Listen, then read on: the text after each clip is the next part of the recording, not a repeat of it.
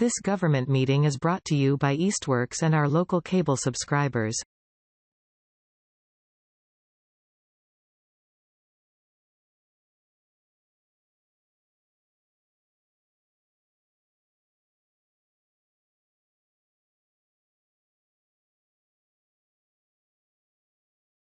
I am starting recording. Did we have any votes on anything that we did? We had just a review. We did vote in minutes from last meeting. Minutes unanimously. Okay. So I certainly don't want to be violating anything. So I think we should at least want to go through it again? Review the minutes again, at least, or okay. Do you want me to summarize what happened? Yeah, if you want to give a summarize of the meeting as or just the minutes. An amendment to make corrections to Bill Cannon's name and change the park grant from PARK to PARC were made. And then I have the motion to pass the meeting minutes was made by Eric and seconded by Desiree, and then it was approved unanimously by all commission members. Thank you, Kira. Okay, I think we're good now. John, you want to proceed with the director's report? Yes. So policies and fees, pavilion rentals have been very active this year, so we're looking for another busy season with that. Our vehicle pass stickers are in. We got them done through Puffer, not Puffer Printing, Paradise Copies took care of that for us. They got us a really good price again this year. They've been wonderful to deal with for that. So they are in the office, and those folks on the commission, make sure you stop in and get your park pass. As being on the commission, you get a park pass for the park because it's part of your duty when you're coming into the park to see what's going on, whether you're just coming in for a game or just coming in to visit. We've always felt historically that the commissioners need to have access into the park without worrying about paying $3 to get in there for their weekends and things. So make sure you swing into the office at some point and see Sam and or just shoot me an email and swing by and pick one up. So that's it on policies and fees on my end. Other than just, it's definitely been busy. Taking reservations for sure. Any questions on? Any questions, Carolyn? I was just curious if you had gotten any pushback. I know that we did raise the fees, and if you've had any feedback on that from any of the people that are calling in. No, okay, good. None whatsoever. I believe it was only the weekends picnic site fees were the only ones that were increased.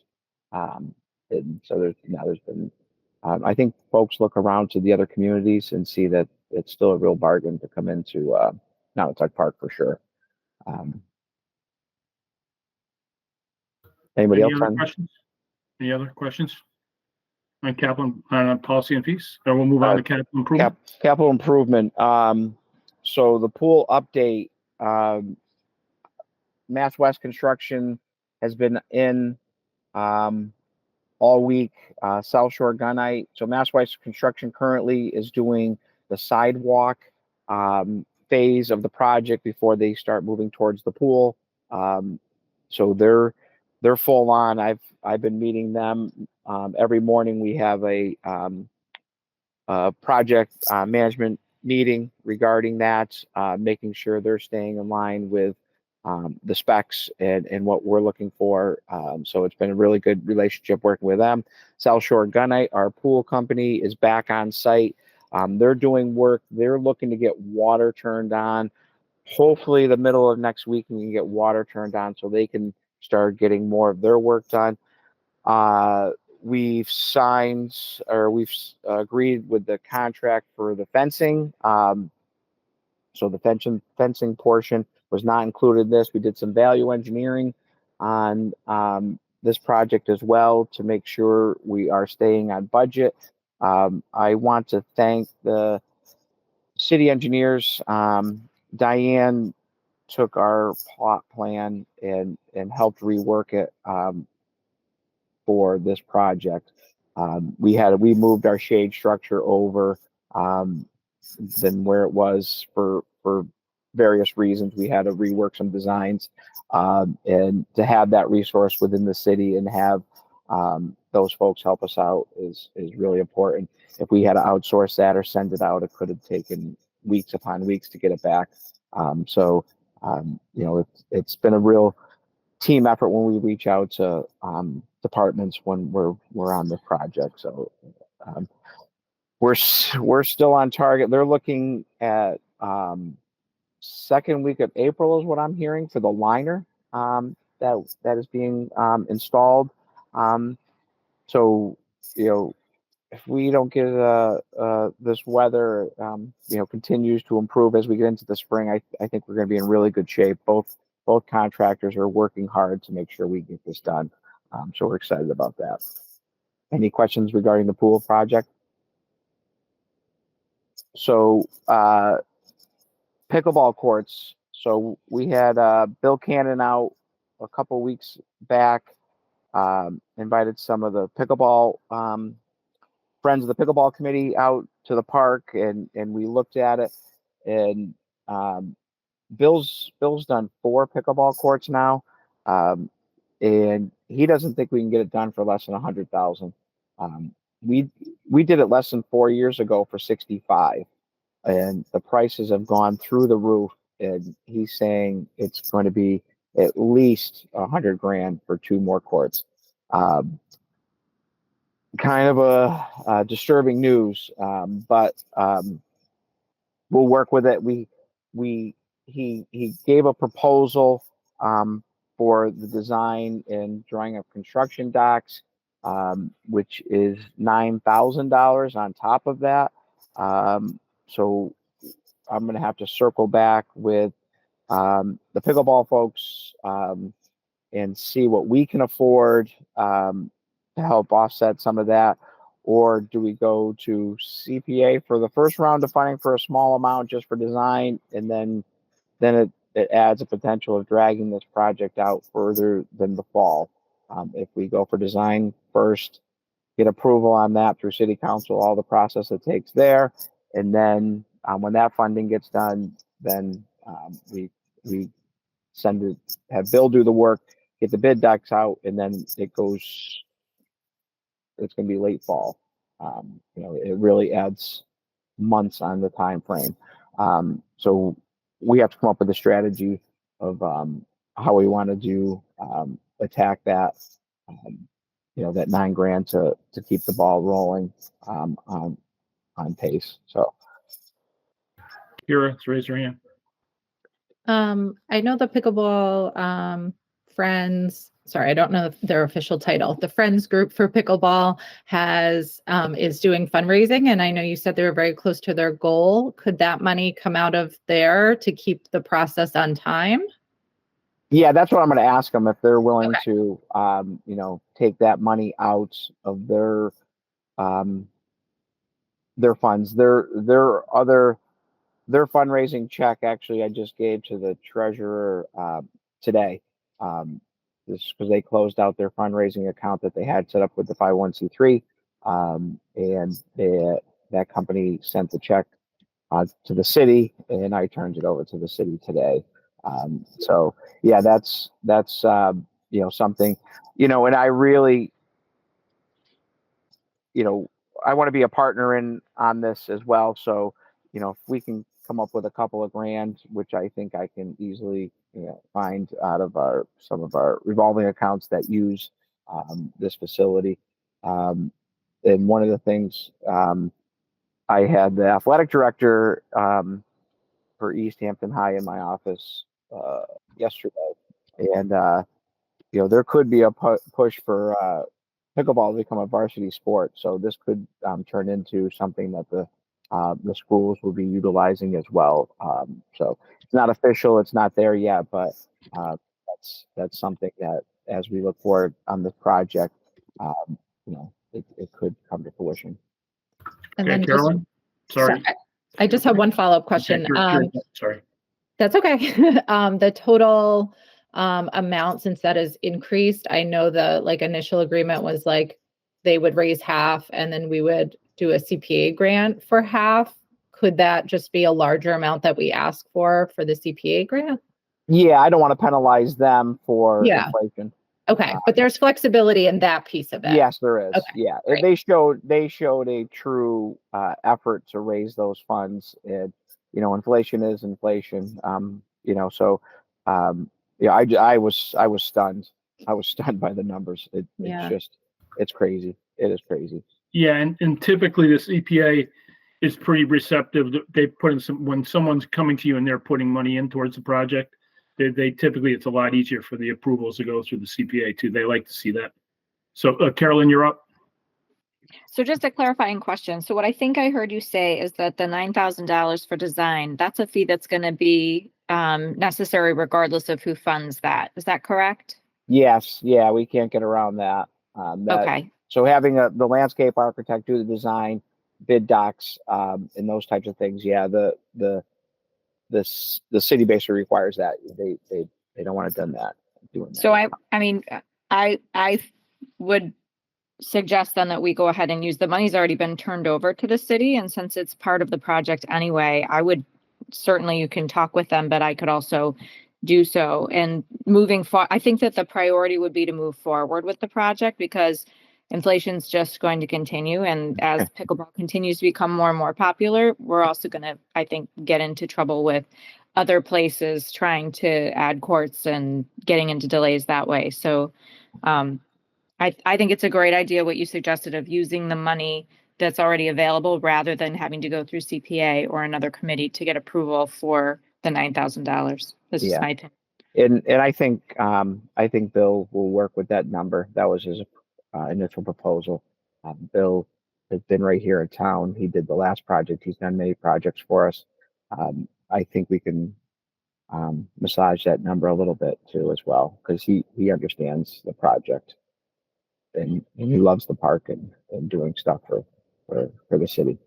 So the other thing with that though, John, and because for our call from our last meeting, does that include the additional parking or is that something we're going to do?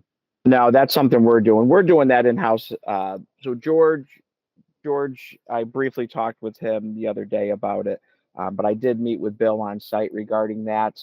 But I have to get George's full attention down there for a discussion because he knows where we could potentially park cars and where to stay away from parking cars. There is some drainage in there. There is some piping, things like that. So he would have a full understanding of what we want to do and then look on how we want to lay it out and design. And then Bill, I met with Bill when we were down at pickleball. We went over to the parking lot and he would just, help us design how we want to kind of incorporate that area over there as well. So, but that's something he would kind of throw in with the project if we needed him to help us out on that. But I think we can get it done in-house with a good understanding of what we have. I mean, we're not putting asphalt down. We're just putting crushed stone. Right. Simple as easy. Just something that's going to handle the traffic of the cars without causing too much damage and not washing out or creating mud puddles and things like that. Any further discussion on the pickleball? We're good. Okay, John.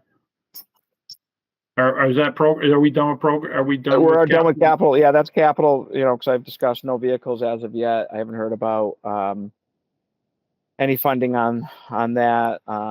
Maintenance building. I haven't heard about the bonding on that either. I know that was going to be in April. So we're kind of in a holding pattern on those things, but they're still on our radar for sure. Programming. So we're rolling along, getting camp ready. We open up camp registrations the first Monday in May. We have our camp administrative assistant starting early this year. So April 1st, Amanda's going to come on board. She's wonderful. She's a former camp director. She really wants to get the ball rolling and help us out as much as possible, which is huge. Normally I do quite a bit of this. This year it's just there's too much stuff going on. It's just too crazy for me to give 110% towards that. So having Amanda step up and be a part of that is huge. Lifeguards, I was up at HR the other day, and we have a lot of lifeguard applications, which is great news. I think the excitement of having a new area down there, we have our return, we have at least 3, maybe 4 returning, plus new folks. We're going to get interviews rolling after April 1st, get them lined up, get them hired, get them on board. So we're really excited about that. And then the summer staff for camp and other positions, usually around April vacation is when we have our sit downs for those discussions.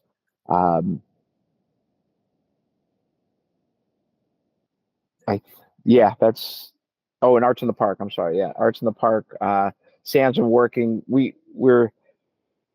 Some of these acts are getting some big dollars. We're trying to negotiate back. Some have gone up $350 in a year of what the fee is. We're working, we're trying to get folks, it's an hour and a half on a Friday. I was gonna say it's an hour and a half long set. It's an hour and a half long set on a Friday, and going from $550 and asking for $9 this year is like, whoa. We fund this through donations and community support. So we'll keep battling and and see what we can come up with. I know the back knuckle sandwich. Well, my band used to play the fireworks for free every year. That was 19 years ago or so. The school's hosting a battle of the bands at Millside Park that is getting a lot of reviews on Facebook from what I hear. People are excited about that. We also have a talented musician on board in our department.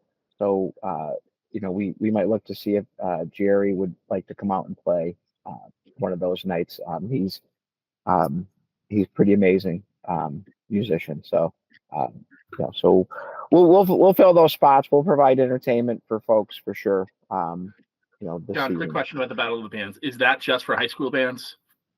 No, I don't know. I just know there's a battle of the bands. I don't know what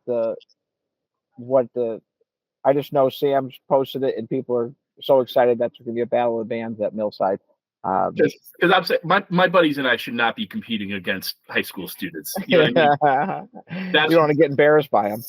Well, yeah, right, exactly. So like that, I feel pretty strongly that there should be some sort of limit on that for younger musicians in the community. Yeah, well, it's their gig, so I'm not sure how they're running it. Gotcha. They're doing it as a fundraiser, but we're happy to provide the facility for something like that. Awesome. So it'd be a good community event. So as John, I meant, sorry, so are you looking at a full schedule this year for the Arts in the Park? Yeah, we'll get there. Okay. There. It's kind of still going back and forth negotiations, and if we don't get the group because we can't afford it, then we'll go to the next one. We like to get it out by April 1st is our timing on that. So if we have to extend it out to make sure we can provide music at an affordable cost for our department, we will, and we'll continue to search what we can for that. And I will put in a plug that Jerry is very, very strongly connected to a number of really, really talented musicians throughout Western Mass who would play those nights for considerably less than $900 for an hour and a half. So that's Jerry just came back to work on Monday. I wanted to have him get back into the groove of working, but we're going to reach out and discuss that. He is in that realm, which is huge. Carolyn, go ahead. Just looking at the event on Facebook, and it says it's hosted by Easthampton Healthy Youth Coalition. But interestingly, the what to expect, it doesn't it says all genres, share with musicians or bands you know. So it doesn't say anything about who could apply. So just adding information. So you're Thank saying you. Looks Springsteen's like probably fun. going to be there? Is that what you're saying? Yeah, I think so. I think so. July 20th. Mark it on your calendar. As I stated, our maintenance staff returned this past Monday. They're cleaning up the park. Ted counts his steps, and it's kind of funny. We've never seen so many pine cones in the park ever. It is the most. I mean, we're gonna have a mountain of pine cones. We're not sure what happened or what the explosion was this year, but it was crazy how many they had. So they're down there blowing off roads, blowing off areas, we're trying to get the high school softball and baseball folks down into the park for practices next week, if all goes well. Hopefully early next week, but by mid next week, if we can get some decent weather. We are going to have our soft opening schedule. We'll start April 1st. And that is limited access, not every day of the week. I have security coming in. Basically at that point, security's not running around. They come in and just do closing. So they're not there for their full shift. So they will be on site, and April 20th will be the official park opening date. So Monday, or I'm sorry, that's a Saturday. Saturday, April 20th. From that point on, we're full on security, full on maintenance on the weekend, full on park is going. Any questions on programming or opening stuff? Gareth? I just Sure. missed the date of the full opening. Saturday the 20th. Great, thank you. You're welcome. Is that also the Little League? Does Little League usually No, start? Little League, that's the week after. Okay. That's the week after. So we generally open up the weekend after Patriots Day is when is a rule of thumb of getting the park fully open. We get bathroom 2 first. That's the one that can handle the cold and the freezing temperatures the best, even though it's not heated. And then we go to section 3 and try to open up that bathroom, and then we kind of work our way around. So that's the rationale on that. This coming week is not going to be very good for weather-wise. A lot of the frost is out of the ground for sure, but it only takes one really, really bad night, and it goes bad quick. So, John, it's yeah. Ryan. When does the vehicle booth get put in place? That gets put in place the week of the 23rd for the following weekend. So the last weekend of April, the 27th, 28th, it's free to come into the park. That's where the toll booth is placed, and we hand out season pass information, and we let everybody in for free, and then we start charging the first weekend in May. Yeah, so you have all the kids down there for the jamboree. We usually hand everything out then, right? Yeah. You have a ton of people in the park already. Yep. Okay, Kira, you had your hand up?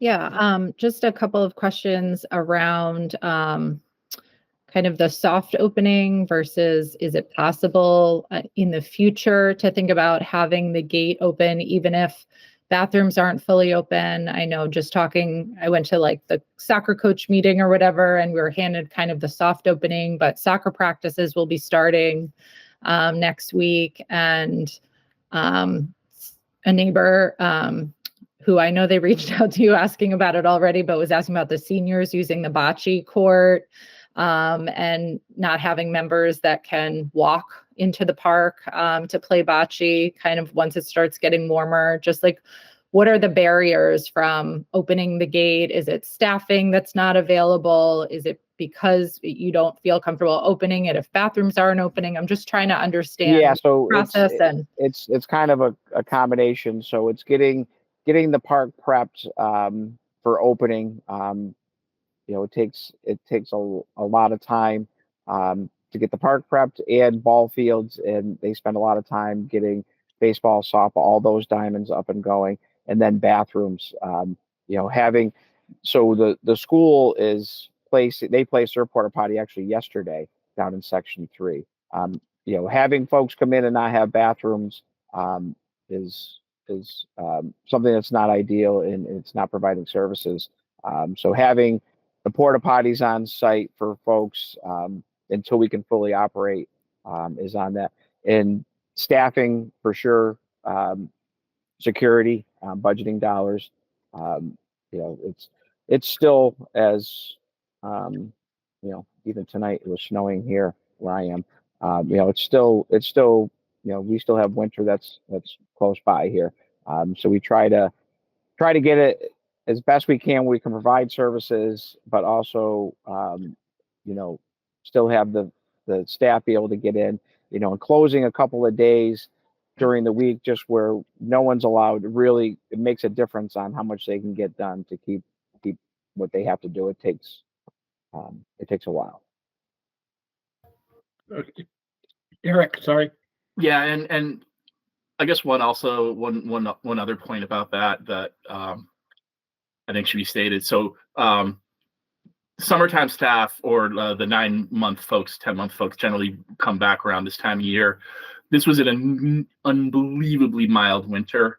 When I was one of those staffers, we would spend the first month just literally taking care of tree work, down trees throughout the park, making sure roadways would be passable. So a lot of it is also just the damage that happens in the park on a regular basis on the winter. It didn't happen this year because we had the mildest winter in history, but generally that is a factor also with opening the park fashion. Yeah, we still have one hangar that's on the roadway too that needs to be taken care of before we can open up the roadway. So George is going to be on that, working with DPW. But there's a huge tree that's down, but it's actually hanging on to another tree that we need to get taken care of. Okay, Carolyn. I think just adding to what Kara said, I do get a lot of feedback about the desire to have the park open more, which I think is a great problem for us to have.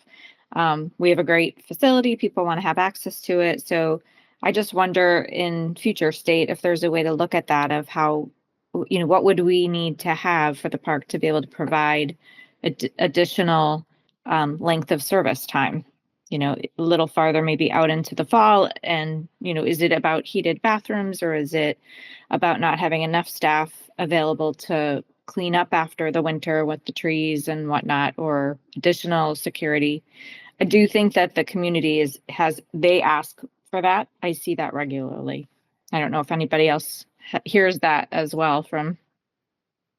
Yeah, the soft opening. I mean, we're open, I think, every day except for maybe 4 in April. Since on April 1st moving forward, I think there's one Sunday is based on a road race, and one of our policies, if there is a race going through the park, we keep the park closed, and that's why we allow this Fort Hill half marathon to happen. So since that's closed on Sunday, we're opening on Saturday. I actually have a staff member that works Sundays starting next Sunday, so it makes it easier to have Sundays be an option. And then, I think there might be 3 or 4 total days. The first soft opening I sent out had us closed the last couple of days, last week of October or April, but that was wrong. Those are open. So I think there's just a couple of days early during the week that are first couple of weeks that are closed. Okay, Gisela?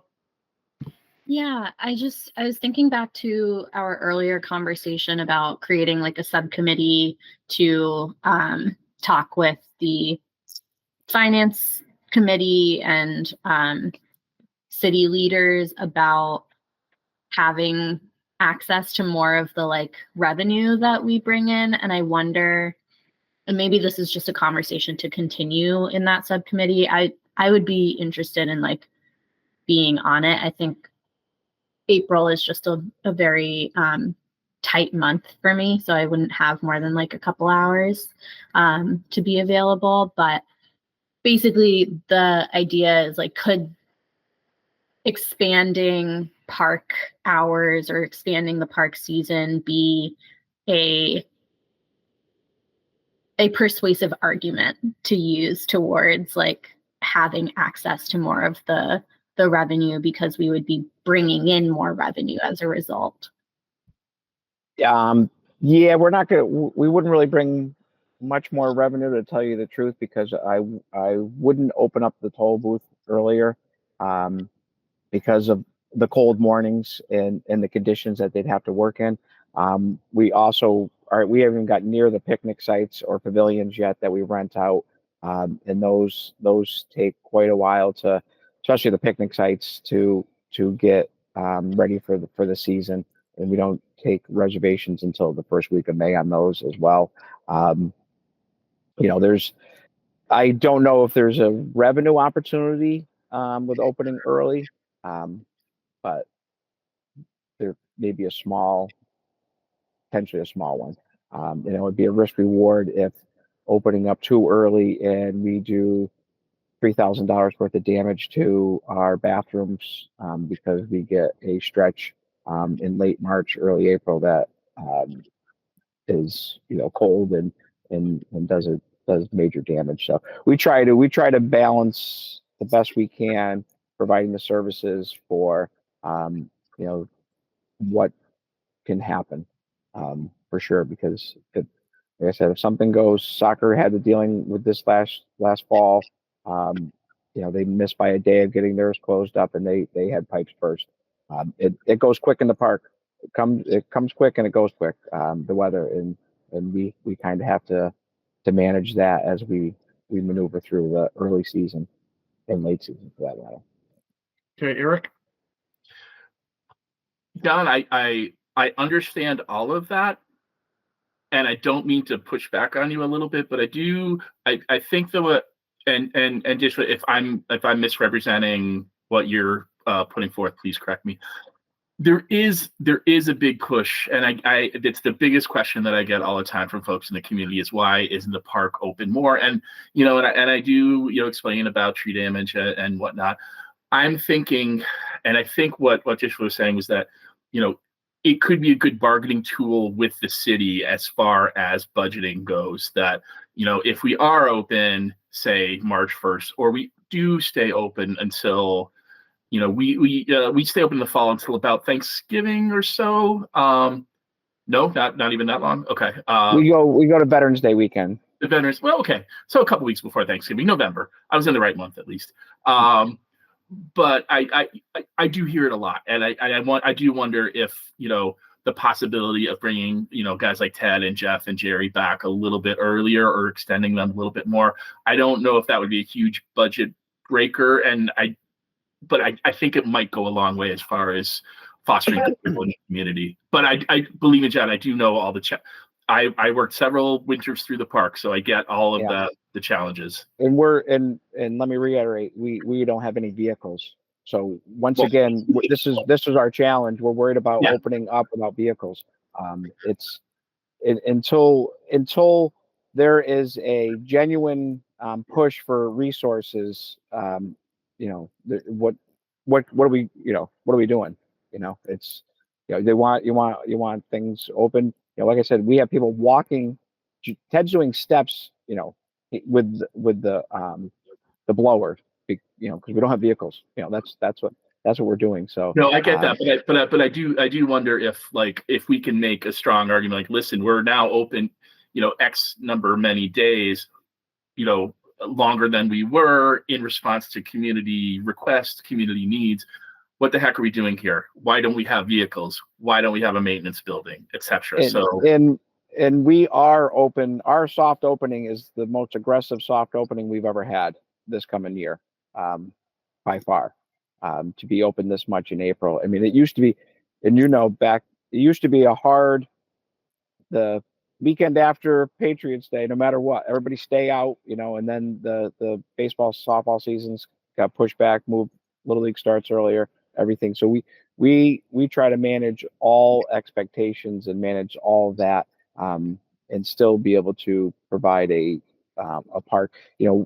We haven't had mud season really. Let's hear it for climate change. Yeah. So mud season. That was always one of our biggest fears of keeping folks off of the fields, is the amount of damage that happens when those fields are wet. It's quite a bit, and it's labor intensive to get the fields back. All right, Carolyn. I just wanted to reiterate again that I'm not suggesting that you do more with what you have. I think it's important. You have a young and new commission here. And I think that we're hearing from the community, and we know what the community is telling us and what we've experienced. And so we're sort of, I don't want to speak for everyone here, but I'm advocating for you to have what you need to provide the services that I'm sure you'd love to provide, which I think the community would love to have. So, more, instead of looking at like all the ways in which we can't, like I understand that the bathrooms freezing is a barrier, but I also know that a heat source would be a solution to that barrier, right? So in general, just like wanting to support you to have what you need to provide the services that the community want and that you want to provide to the community. I think that's what I'm hoping to help with. Yeah, and that's what we need. I can bang on this door all day long, but like I said, folks want more, but and I said to the mayor, and I've said this 100 times, it's going to look pretty funny when we're driving lawnmowers down Main Street to get to other parks because you don't have vehicles. So it really has to be a pushback to the community saying, have you seen what Parks and Rec has for resources? They don't even have vehicles to man what they have. So I think that grassroots level has to really happen and give pushback there.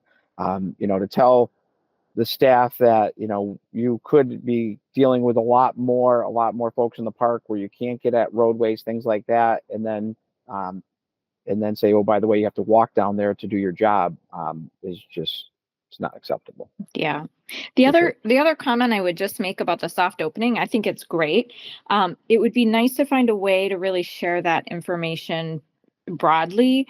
I think another sort of frustration that I've heard in the past is that there isn't, obviously it's a soft opening, but then people hear, oh, open, it's going to maybe be open and it's maybe not. And then it's a little hard for people to utilize. So I don't know if Facebook is the way to share the information, or if you think. Yeah, we'll look at that. And one of the reasons we consider it still a soft opening, because if there's a complete washout day, we close the park. There's no opening whatsoever. We close it. And then to have folks come in and say, well, no, it says you're open. Here's your websites. There's a disclaimer in there. Like if we know it's getting bad and it's going to be a washout and we don't want people on fields and in the park, we close. We keep those. We don't do it much. We've done it a few times during the summer season. I think we did it once last year when we had those deluges of rain. But we try to keep the park open. But during the soft opening, when those fields don't take well to water and activity, we do close the gates. So we have to, whether Sam does Facebook post or we post it on our main page of our website, we can figure that out. We don't publicize the soft opening until we really know that we can produce on that, and then we send it out. I send it out to the leagues in the high school just so they have an idea, and then once we know that we can commit to those dates and move forward, we go. Any further discussion on programming? Okay, I guess we're in CPA, John. Sorry, Kira. Just for my note taking, I have a question. So when we were talking under capital improvement, I had all the notes about the pickleball, and then for programming, I put camp stuff. and then the Arts in the Park update. And then we started talking about like the soft opening. And so I put that under park facilities, or should that have been somewhere else? Either one. Okay, because I saw Either this, I knew it wasn't CPA project. So, Yeah. okay, so that's good for parks facilities, and then we'll go back to CPA CPA. project update. There's nothing you. new on that because it's the pool project. Listen, Kara, Andy had been our previous note taker, so whatever you do is going to. His notes were great. It was a great model to follow. And if there's any questions, you guys can reach out as well. So yeah, that's fine to put it under there because I kind of bounced onto that topic. And then nothing on the CPA other than our current project. And then old and continuing. There's nothing on the GZA report, so there's no discussions on that for this evening. I did reach out to GZA and told them, and I'd like to see something by April's meeting. And it sounds like that's not going to be an issue to get something out for those concept designs. With that, we should get 2 concept designs from them, and then we still have one more as part of the contract that we can review and discuss as input comes forward. So we contracted for 3 designs. We only are asking for 2 currently, and then we'll see where we want to go with the next one based on feedback. Okay, any further questions? Oh, okay, Kira. So I just want to clarify, adding one more concept design after input. Is that input from this commission? Is there a from all folks, process? from all stakeholders? Okay. Because what the plan is to look at the 2 concept designs and then have folks say, you know what, certain whatever group they're with, say no, we don't like that, we don't want to do this, and then we'll kind of come together and talk with GZA about what the final concept would look like. So having that 3rd one held back, I think, is a key piece to dealing with them instead of burning through 3 and then looking for them for another $8,000 to continue on with the work. So yeah, that's a great plan. And then just kind of the formality of that, if they present at this meeting in April, will that be when input is, and various stakeholders will be let know that this is happening, they should come to this meeting? Or will there be like a kind of I'm thinking about when we're talking about like the school buildings, what to do with them. There was like a presentation and then more small group kind of work around how people thought about it. I'm just wondering what the procedure will be. It'd be up to the chair. It'd be up to Andy. We've done several different models in the past. We've had folks come and just as that is the topic, here's the properties that we're looking at, and focus on that. Or it can be a part of the regular agenda for a park and rec meeting and invite all the folks to come and join. So my general feeling would be to have everyone that wants to be involved in the project basically come. We've got newer members on the committee that haven't been through the year-long process that we've kind of looked at with all of this. So it'll allow the members of the committee to hear both sides of the argument or both sides of the discussion. And I think it will help basically kind of try to get it all done at once, but get it done so you have a better idea of what exactly has been happening, what the feeling of the groups are and that sort of thing. So I just as soon have everybody just let's get it out and let's look at this stuff.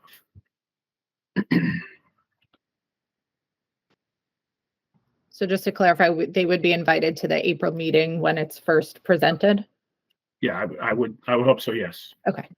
That would be my thought. Yeah, unless, and again, I'm open to discussion if someone thinks they'd rather do like more of a private thing. But at this point, I know there's been a lot of discussion around this stuff. So I just assume get the discussion and try to come to some sort of resolution or a goal somewhere along the line or a plan anyway.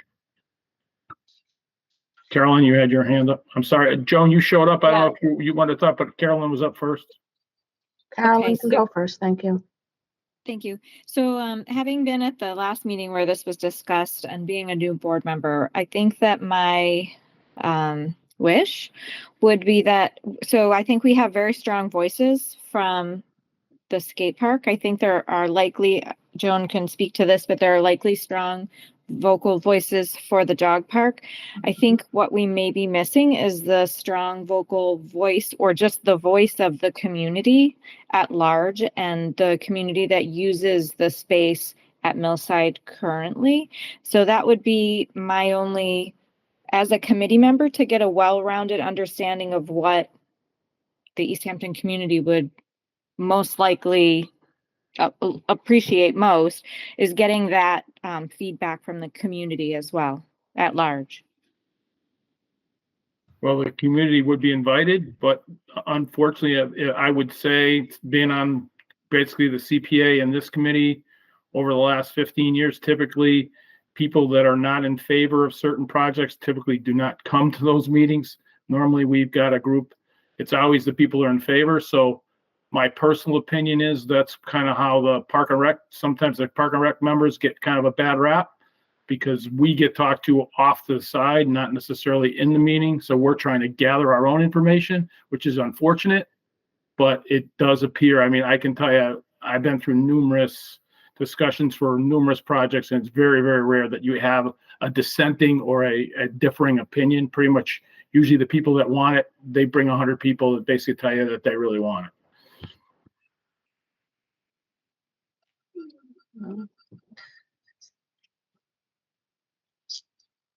Go ahead, Joan, sorry. No, I appreciate you allowing me to speak, even though I'm not on the commission. I would think if you present this at the next Parks and Rec meeting, and I have all of my dog park members show up, it will be a chaotic disaster. So I agree with Carolyn. This should be shared beforehand, so at least I can share it with my members. I can get the feedback that I need, and then I can show up with maybe my board, but not necessarily all the 300 plus dog park members that want this dog park. So that would just be my suggestion. Okay, no, I get that, but I would think we're going to have that beforehand anyway, John, or am I thinking wrong? My thought process would that be part of what there's usually stuff that goes out before every meeting, that those plans would be included with that documentation, or maybe I'm thinking wrong. No, that would be included, but I think Joan has a valid point, whether it's for reference at the next meeting and then a clear meeting that is set just based on that, maybe the way to go. Okay, Because, I'm good with that. but we can discuss that, if you'd like. But I think getting the leadership of various groups, I think is key, and having their voice heard might be the way to go. But we want to make sure it's open to all, and and to make sure everyone's invited, whether they're part of any group whatsoever. So it could be just it might be just a passive recreation area at the end of the day. So making sure the communities as a whole is involved and understands the project, I think is important. Okay, so sorry, Eric. Go ahead, Eric. You're talking, then I can throw in my 2 cents. Go ahead. Sorry. Actually, Andy, why don't you throw in your 2 cents, because I'm going to pivot slightly, but it's going to stand track. So go ahead.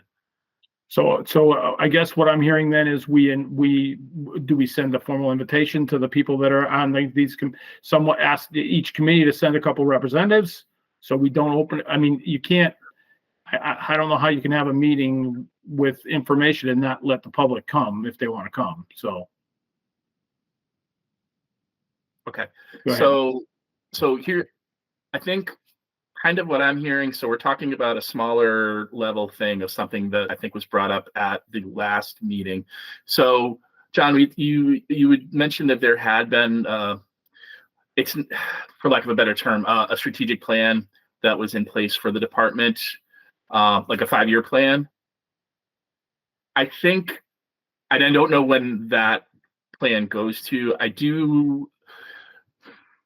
There's a lot of interest in the park and a lot of interest in the department. And in an odd way, it almost feels like there's more interest now than ever, which is awesome. I wonder if we should start thinking about doing some kind of strategic planning that invites the community in, that maybe like you wouldn't necessarily be the lead of it, even though you're the department head, but an external, like a third party person to gather people from the community in to really kind of get as much impartial input on what the future of the park is. I'm literally just having this thought out loud. I forget who had brought it. Kira, it might have been you who had brought up the long-term plan. Dishva? Okay, you had. Okay, and I think it's a good idea to be thinking along those lines. So I know what we're talking about right now here is for this year, but I do think that it's an important thing for us to be bringing in community stakeholders like longer term going forward. That's all. Yeah, I agree. That's something I've discussed. Okay. Is look at where we are for our take a look at where we've gone so far with it, and then revisit, reshape. That's what these plans are for. So the only suggestion I had would be to look at this in September or October when we get through the crazy season, and then I wanted to look at something late in the fall where we start putting thought and effort into those types of plans. But it's a tough time right now for sure to do that. Okay, Carolyn. I had written it in the messages. I was just wondering if it might be more beneficial to have the meeting where the plans are presented be more presentation format, and then have a separate meeting where there's community feedback on that information.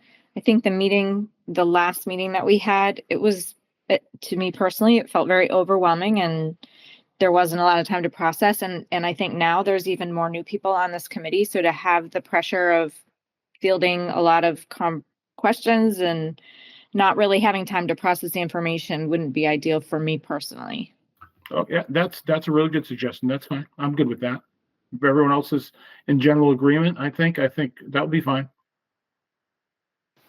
Yeah, there's going to be an extra cost. That last meeting in December ended up costing all of us more money. It ended up being $3,000 because of their amount of time and effort it took for the presentation that they did. So that's something that we would, because I like them there to kind of put the presentation out as well. I think it's money well spent to have those folks there helping lead this presentation on their concept design. So that's something I can talk to Dan about it and see what that potential cost could be for something like that.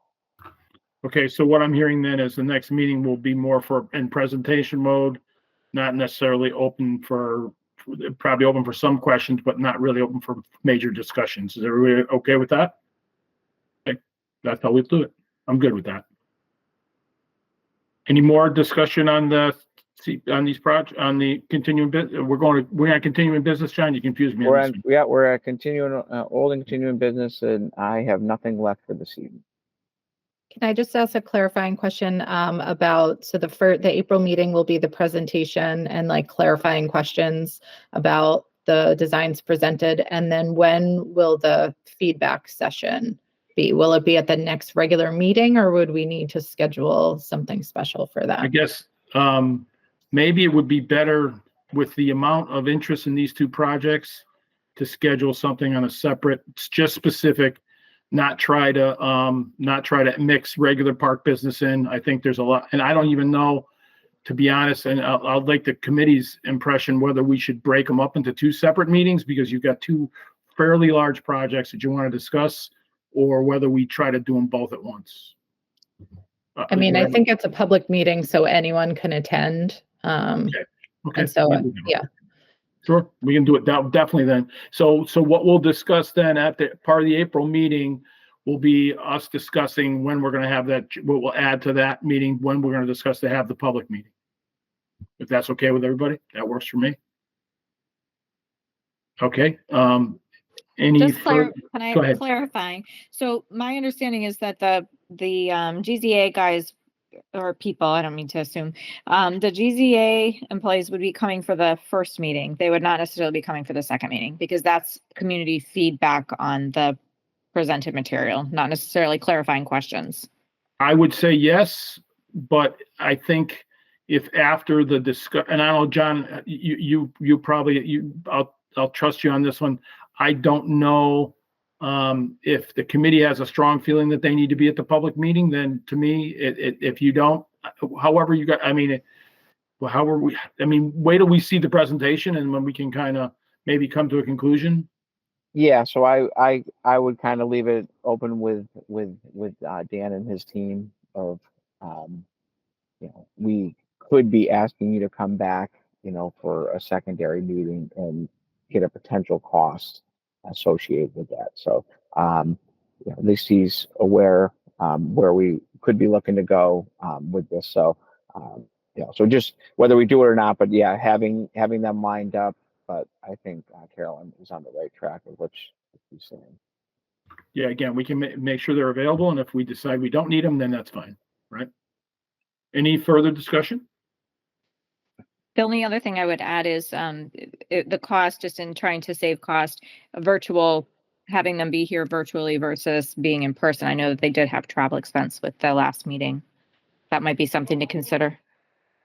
Yeah, I think, and John, this is a different team. They're more local than the last one. The last ones that did come from a little further out.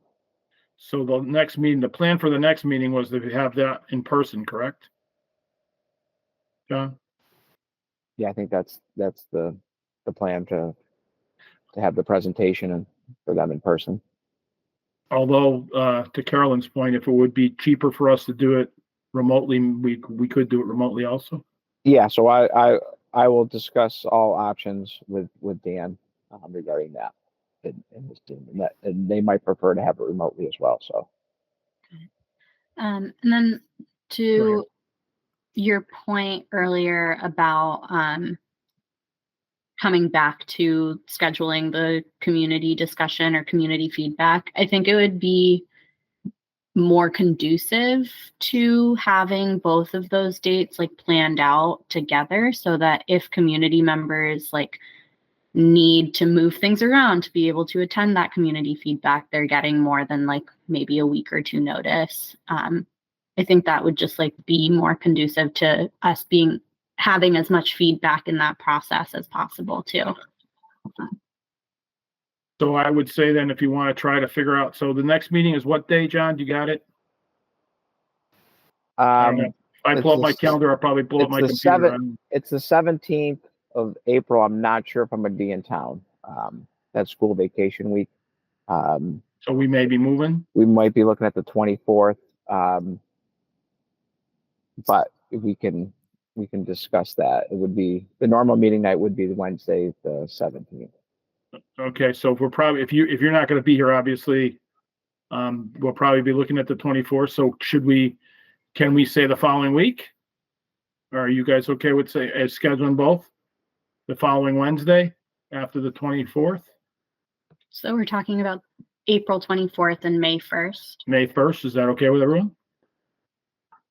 So we can publish that as part of how we're going to do it. Now it'll come out as part of these minutes and people will be aware. Are you okay with that, John? Yeah. So what I would want to check their schedules. Okay. Yeah. Okay. So I think since we're inviting them to be there, I think that would be the first thing to make sure. So I think just having folks open to potential the 17th or the 24th, and then whatever the follow-up date would be. But I will reach out to Dan and we can start discussing these dates. So irregardless of whether the meeting's the 17th or the 24th, can we target May 1st just so we have a hard date? Yeah, but that's one I will put that on his because we want to put a placeholder for him as well. So yeah, I get it. It's a target date, and the target dates are going to be the 24th and the 1st. Okay, everybody's okay with that? That works for me. Yep. Any further discussion? All right, I'll entertain a motion to close the meeting. Sorry, could I have Right. one? Okay, I got two more, sorry. All right, so are we making a motion to adjourn at this point? Well, I was looking for a motion, but I think I have other, Kara raised her hand. Kara, you got something else?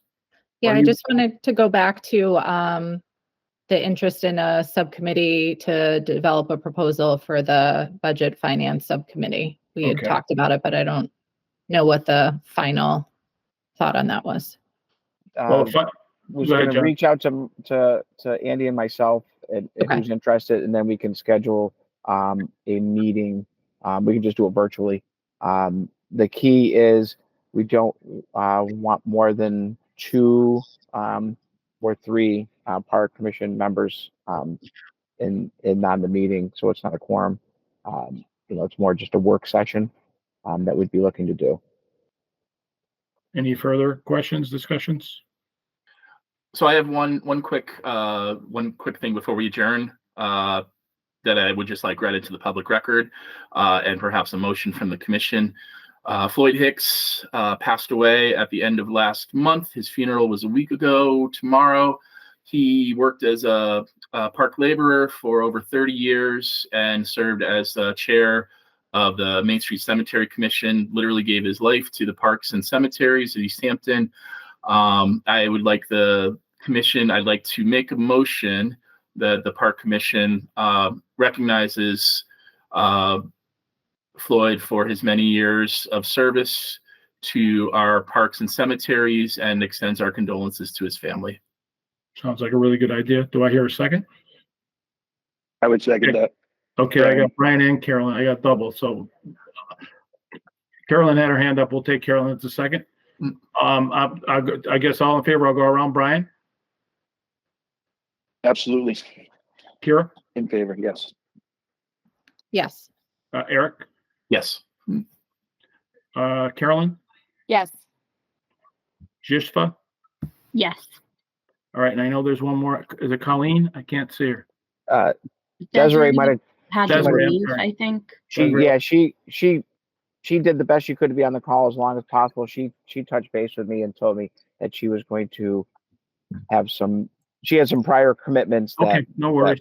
that could end her being on the call later. So All right, so I guess I was, yes, Carolyn. Kind of leading to that, it would be helpful. I really appreciate, Andy, that you brought up when the next meeting is during this meeting.